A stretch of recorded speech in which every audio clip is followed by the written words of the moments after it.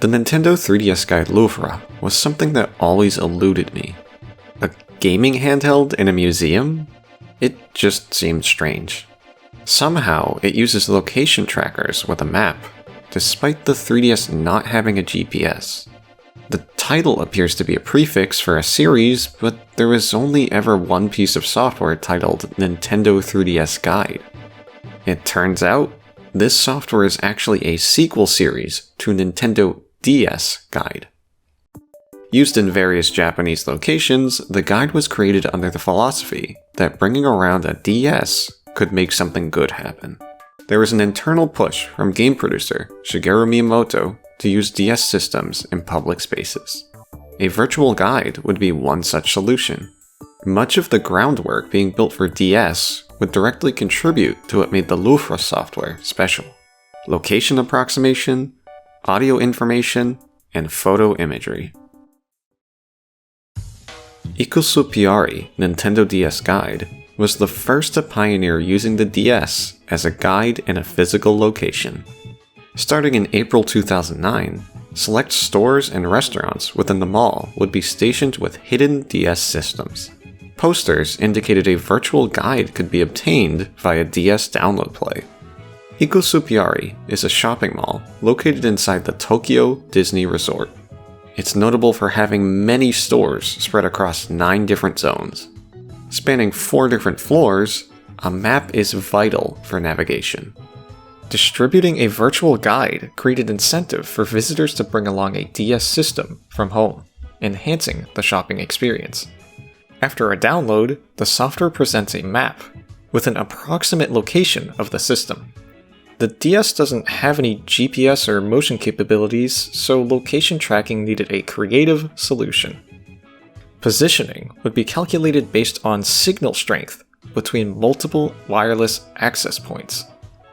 Over 140 LAN points were placed into stores and restaurants, allowing for decent accuracy.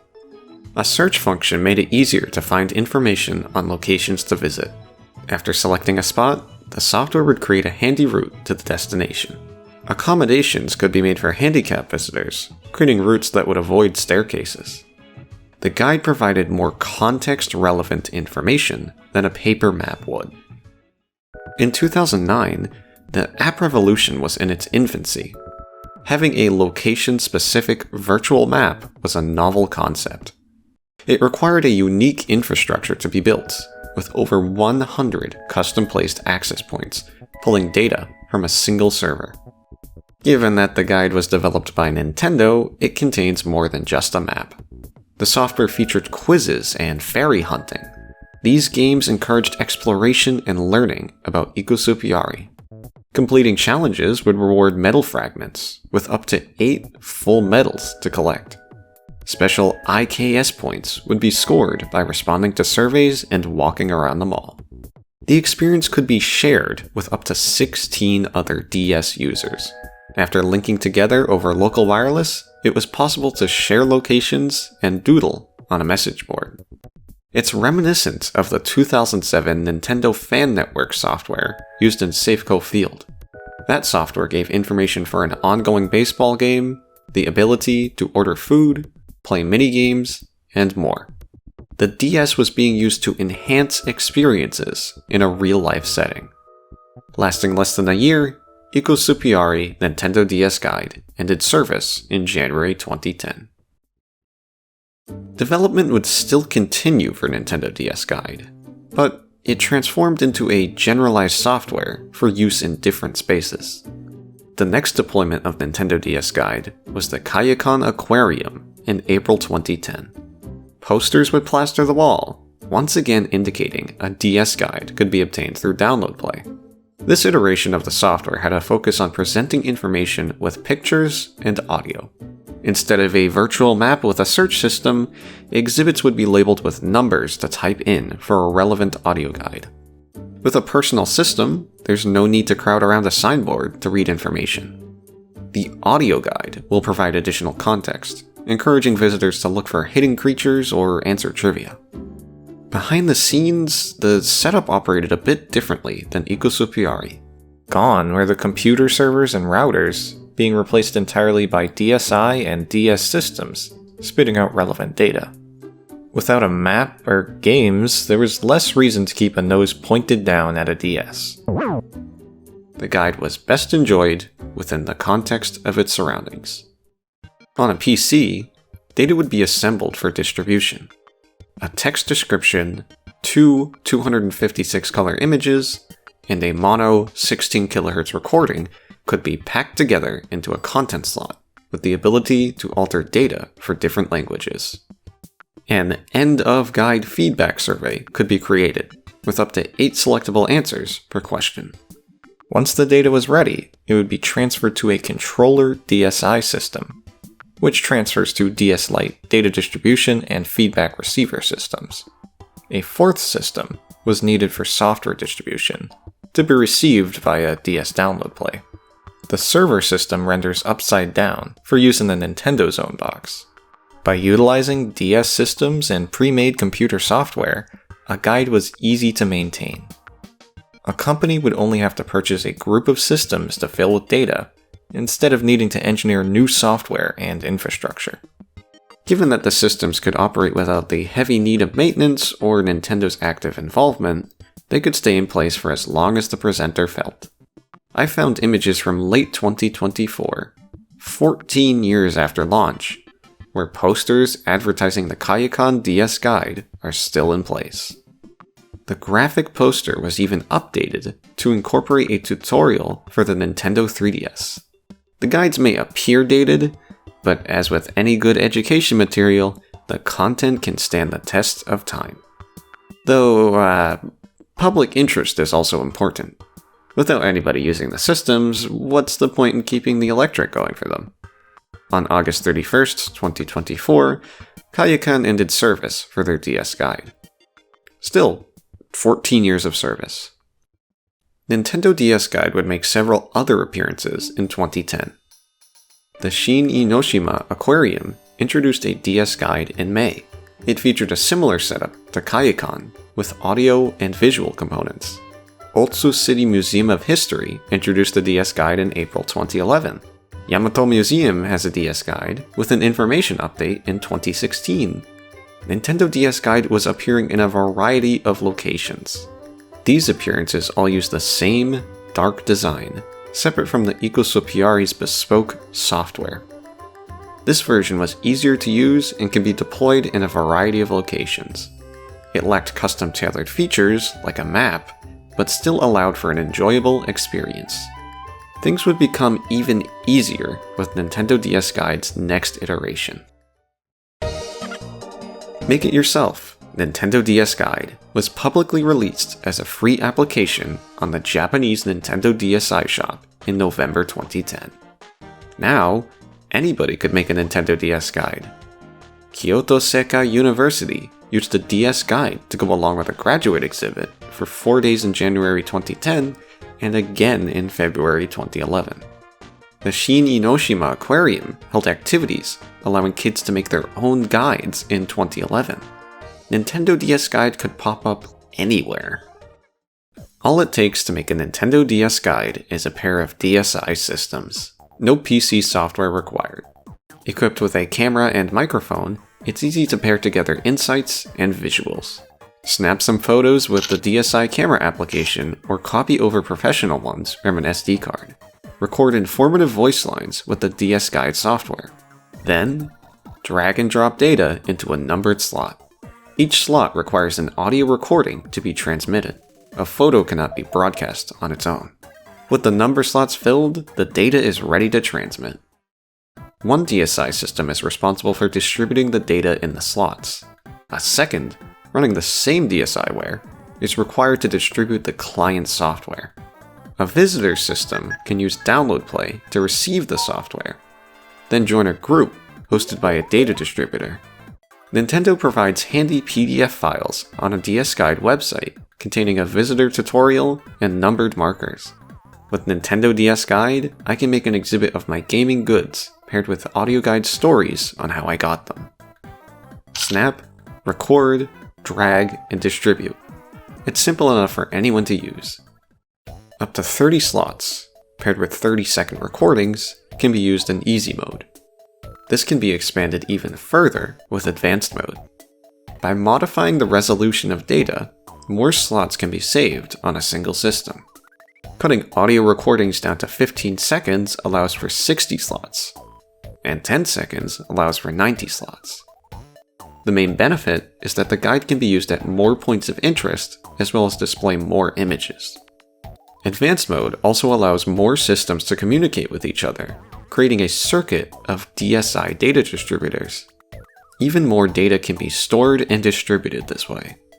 Up to 180 points can be assigned for a single group.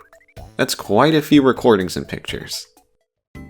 Systems can link together by assigning them to the same group and specifying a number range.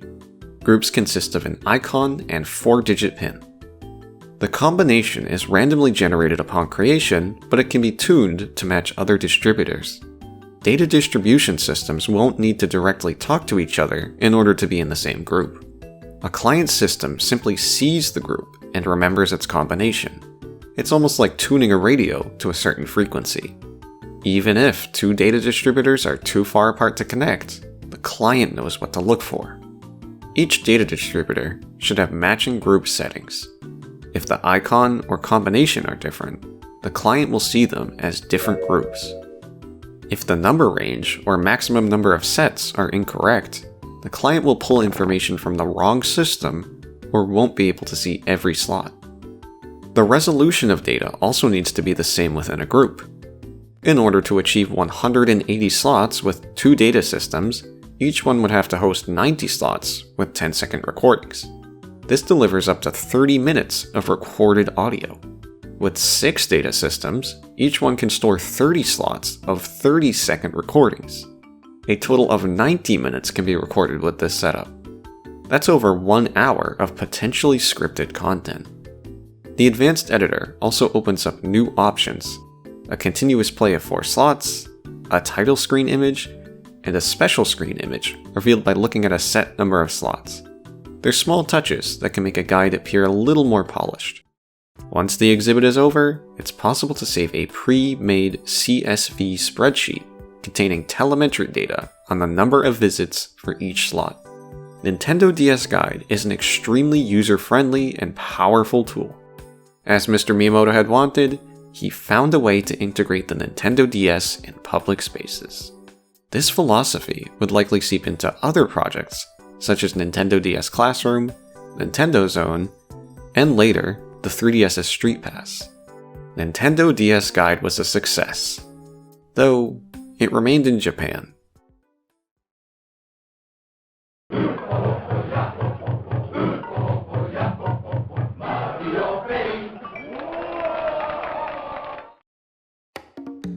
Audio guides provide more context and discoveries, similar to how a teacher can share insights and expertise. Mr. Miyamoto, for his hobby of visiting museums, always rented an audio guide. He often enjoyed the contents, but found the systems to be a little obtuse.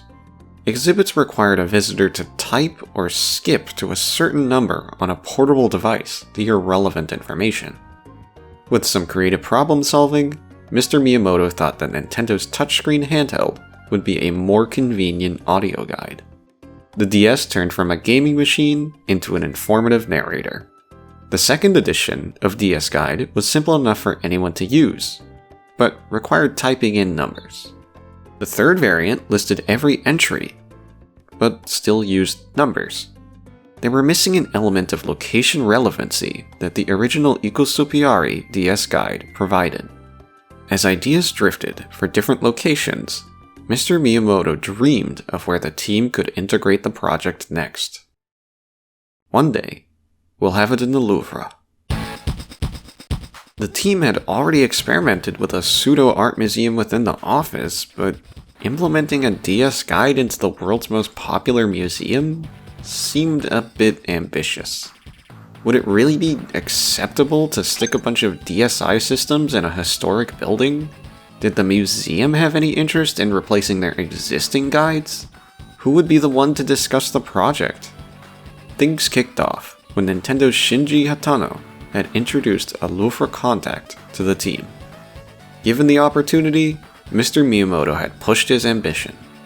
He wanted a Nintendo guide in the Louvre. Museum director Henry Loiret was intrigued by the idea, being interested in what multimedia advancements could be made. Nintendo was about to go big with DS Guide, this time on a system featuring a glasses-free, stereoscopic 3D display. Nintendo's guide was leaving Japan and needed to accommodate for even more languages. The Louvre is visited by millions of people every year coming from different countries with different spoken languages. Not only would the written content need to be localized, but also the audio needed to be recorded for each language. The contents would need to be approved by the museum for accuracy and historical integrity. This wasn't a make-it-yourself project. This would be a professional, specialized guide. Going beyond audio, a great deal of attention was taken for visuals. With the new target platform of the 3DS, greater graphical fidelity could be achieved. Statues were scanned and recreated as 3D models. High-resolution photos of artwork were licensed. Panoramic 3D photos would digitize the halls. With hundreds of works, a serious amount of effort would be involved. This wouldn't be a guide simply accessed through download play or created solely by the exhibitor. It would be a massive, high-quality application. The 3DS was now proposed to outright replace the Louvre's existing audio guides. This was in the midst of an existing contract the Louvre had with another company. Before Nintendo's plans, Korean Air had sponsored the Louvre Multimedia Guide. It provided audio insights and a map. The Multimedia Guide beat Nintendo DS Guide to the punch. What purpose would there be for Nintendo to make a guide? It seems the promise of glasses-free, stereoscopic 3D images and rotating 3D models was enough allure for Mr. Loiret to advance. The 3DS could provide an experience not standard on other devices. Korean Air's sponsorship was done in the interest of having a Korean language audio guide and financially supporting the museum. This was a 6-year agreement, which wouldn't expire until 2014. Even so, with a Nintendo 3DS system, the same goal could be achieved. In 2011, the traditional audio guides had been used by 4% of the Louvre's annual visitors. Could a game console guide stir more interest? On April 11th, 2012, the audio guide Louvre Nintendo 3DS would be available for visitors to rent. Under the sponsorship of Korean Air, Nintendo had provided 5,000 3DS systems to the museum. They appear to have a standard Cosmo Black shell with a Korean Air logo added to the corner. A lanyard and headphones were also provided. These systems were only available for rent. While it did put the 3DS in a public space, it wasn't exactly encouraging owners to bring their own systems out. That role would be taken by Street Pass or Playcoins. The guide systems would be prepped with software. A game card was used as a key to open the guide on startup. A large SD card was needed to hold content data. These systems were specialized dev units, missing some of the regular files found on a retail 3DS. The game card and SD card would be screwed or glued into the system to prevent tampering or theft. The software itself is a tiny application, pulling unencrypted data from the SD card. Without the additional files present, the application will throw an error, prompting the user to return the system to a charging rack. Taking advantage of the SD card storage size, the audio guide was available in 7 different languages, with Korean obviously being on the list. Data for each language would average under 1 GB. Instead of typing in numbers for each exhibit, relevant data would appear based on location. A map was created to better explore the museum. Once again, the 3DS didn't feature a GPS.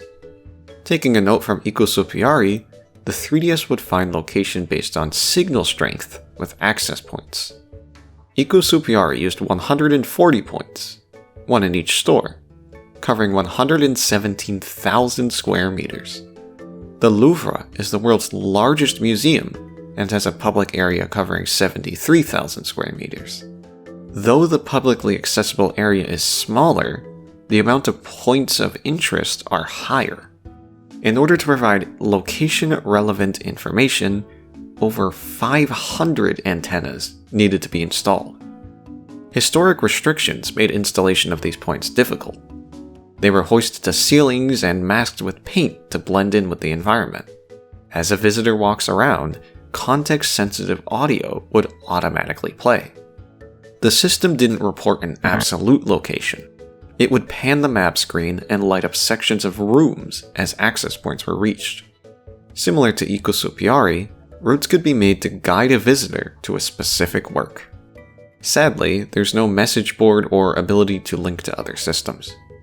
Access points would relay back to a PC program where data was collected on which exhibits were visited. The system would also log time, language, button inputs, rooms entered, work selected, listening time, and more. This is similar to the third edition of Nintendo DS Guide, where a CSV file could be exported and analyzed. With the guide intended to stick around for a while, map updates would need to be easily pushed.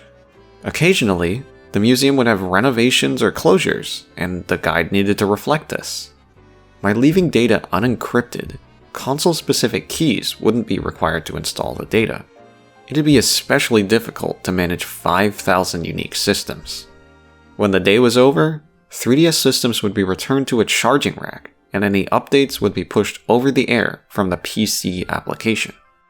Development knowledge with the first iteration of DS Guide became handy to make something specialized.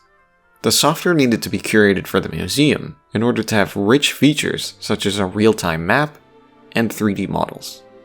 Knowledge from the second version helped further refine networking, but the guide was no longer in the hands of an audience greater than the visitors. Mr. Miyamoto had achieved his ambition, bringing his project to the frequently attended museum. The guide was made for the museum, and nowhere else. The mindset behind a generalized guide had shifted. Nintendo 3DS Guide was taking off, but with map updates, access points, repairs, and potentially years of use, it needed to be well maintained. Later in 2012, the Nintendo 3DS XL was released. Featuring extra large screens, it made games even easier to see. By late 2013, it appears that silver plus black 3DS XL units were being used at the Louvre Museum. Some units have a Korean Air logo, other ones might have had it rubbed off. At some point, references to Korean Air had been removed, likely in 2014, when their 6-year contract expired. These units feature a new boot card, but ultimately have the same function. The upgrade to XL seems to be associated with the new version of the guide, Nintendo 3DS Guide, Louvre. This was a home version announced worldwide in the Nintendo Direct. Digital copies would be made available on the eShop in late 2013. Mr. Miyamoto thought that the software would make for a good souvenir, so a physical version was released in a Louvre gift shop. The software features previously cut modes from the museum guide, such as a photo clock and grid of works. It allowed anyone to explore the museum virtually from the convenience of home. Using Nintendo's worldwide audience could bring more interest to the museum. A specific museum mode in the worldwide software allows someone to visit the museum and utilize the same location functions on their own system. This was more in line with the idea of bringing a DS into public spaces.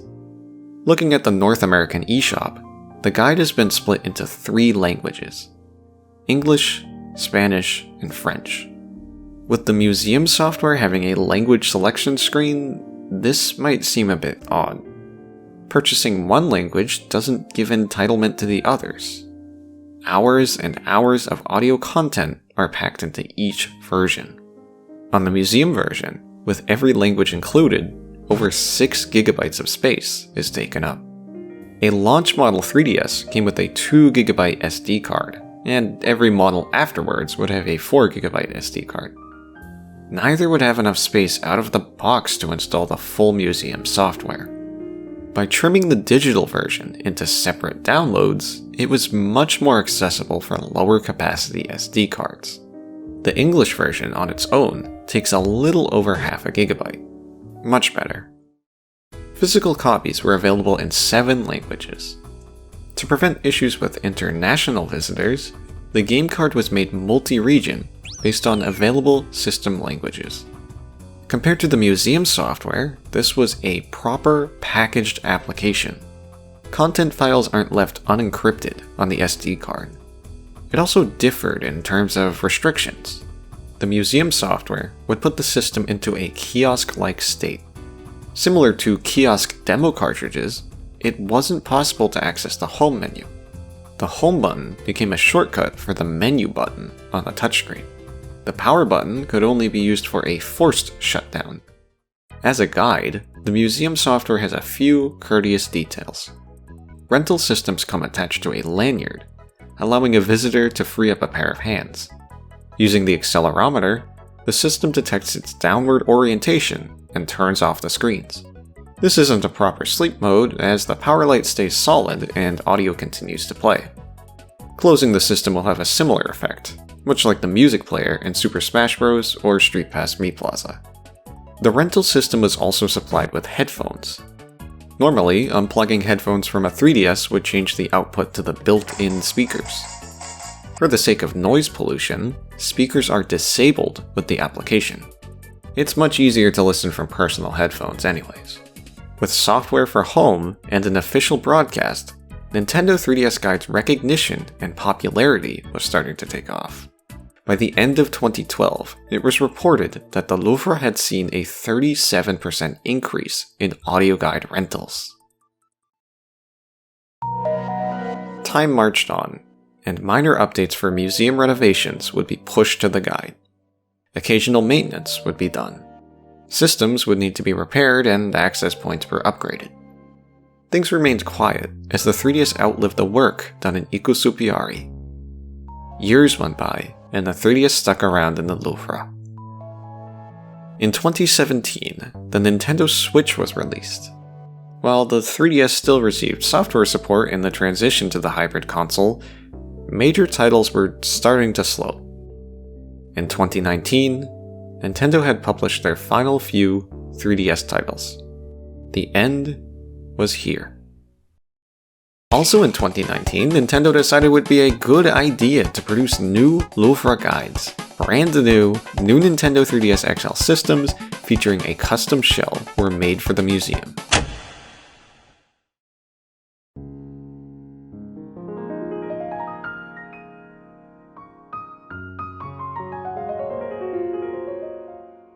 V3. It features a vivid blue color on the outside, with the upper half donning an audio guide Louvre Nintendo 3DS logo. A lanyard is fastened to the lower half, with strands appearing from new cutouts. Black plastic blocks off the unneeded game card slot. Pulling the device open reveals a unique black interior, contrasted by colored buttons. Emblems represent functions for zooming, returning, rotating, navigating, and stair-stepping. As standard for the model, image accuracy is enhanced by Super Stable 3D. The architect saw it fit to make a stunning design even after its generation had finished. This shell was purpose-built for the Louvre.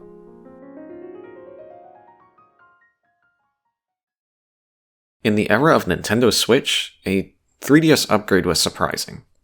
The system no longer needs a boot cartridge, as the firmware handles auto-booting the guide. Within the software, button iconography has been updated to match the new colors. And, most notably, more languages have been added, making the audio guide even more accessible. Alongside the existing 7, audio and text for Chinese and Portuguese were added. Map changes and software updates would continue to stream in, making sure visitors would receive accurate information. Years later, worrying news started coming out. In March 2023, 3DS eShop purchases were suspended. In April 2024, online play had ended. Replacement parts for Nintendo's repair service started to dry up. Would this affect the Louvre systems? On January 28th, 2025, it was announced that the Mona Lisa would be moved. Renovations for this wouldn't be complete until 2031, but a lot of things were changing. Too many things. In May of 2025, news broke about the end of Nintendo 3DS Guide and the Louvre. On September 1st, 2025, the system was retired. The museum had entered a transitional period, where a new audio guide would replace the 3DS on October 21st. The systems were taken away to be sent back to Nintendo. Well, that was the plan until the museum was robbed for the first time in over 25 years. The French crown jewel had been stolen.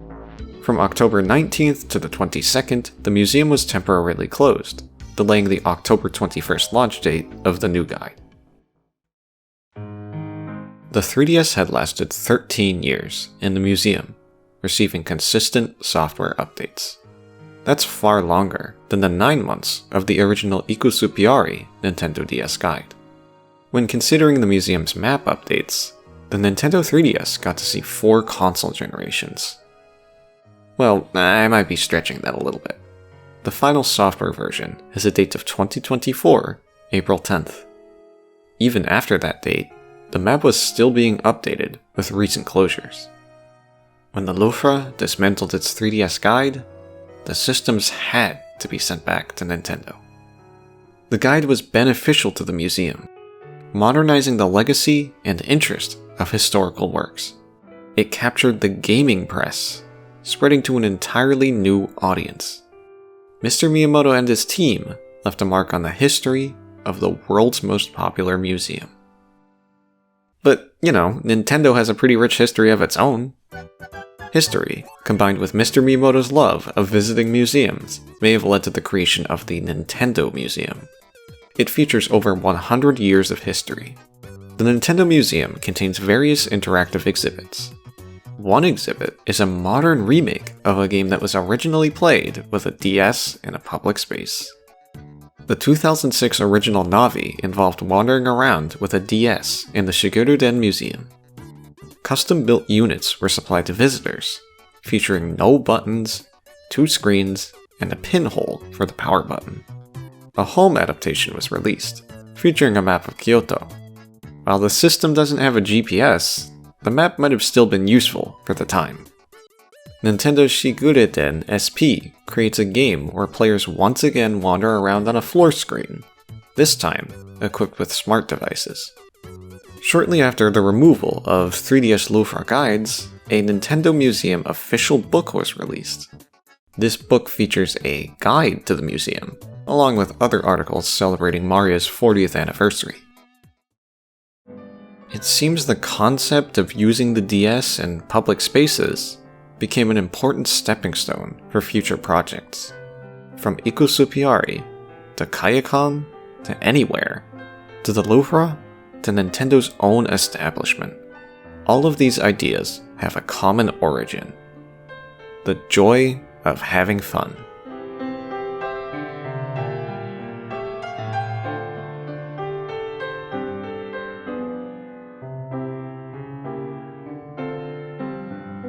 Louvre, Louvre, Louvre, Louvre, Louvre, Louvre.